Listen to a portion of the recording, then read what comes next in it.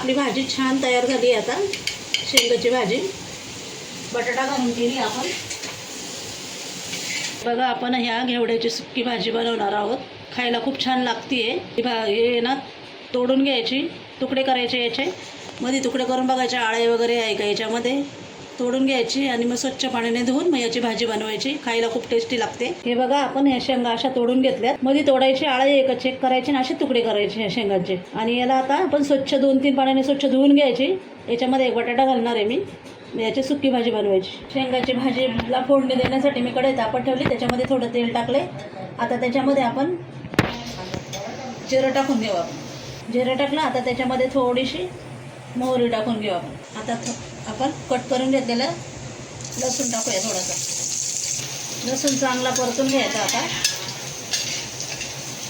काय चांगला आपला परतला। आता याच्यामध्ये आपण आपला घरगुती मसाला टाकू। आता याच्यामध्ये हळद टाकून घेऊ आपण, गरम मसाला आणि धना पावडर।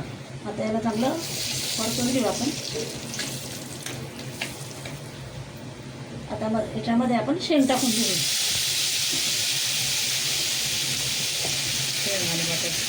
शेंग आणि बटाटा आहे ना, हे टाकून घ्यायचं। असं शेंग आणि बटाटा टाकल्याची छान भाजी होते। आता याला चांगलं मिक्स करून घेऊया मसाल्यामध्ये, मिरची पावडर याच्यामध्ये। आणि आता याच्यामध्ये आपण मीठ टाकून घेऊ।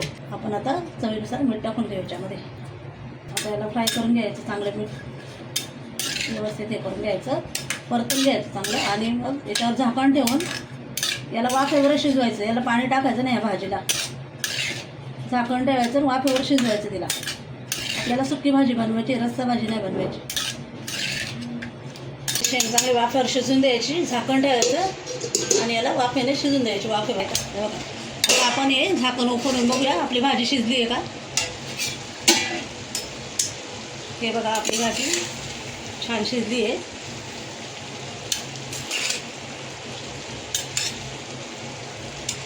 आपण शिजली का बघूया।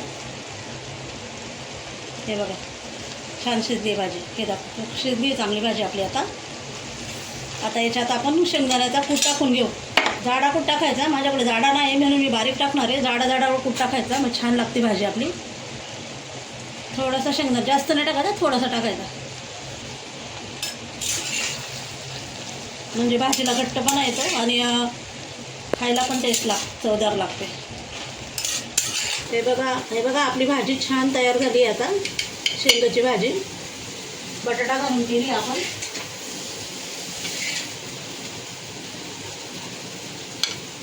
हे बघा शेंगाची भाजी आपली छान तयार झाली आहे। तुम्ही पण नक्की करून बघा। ही शेंग खायला खूप टेस्टी लागते। त्याच्यात बटाटा टाकायचा, बटाटा टाकल्यावर अजून छान लागते। आणि थोडासा जाडा कूट टाकायचा शेंगदाण्याचा आणि वाफेवर शिजवायची। तुम्ही पण नक्की करून बघा। आणि व्हिडिओ आवडला असेल तर चॅनलला लाईक, शेअर, सबस्क्राईब करायला विसरू नका।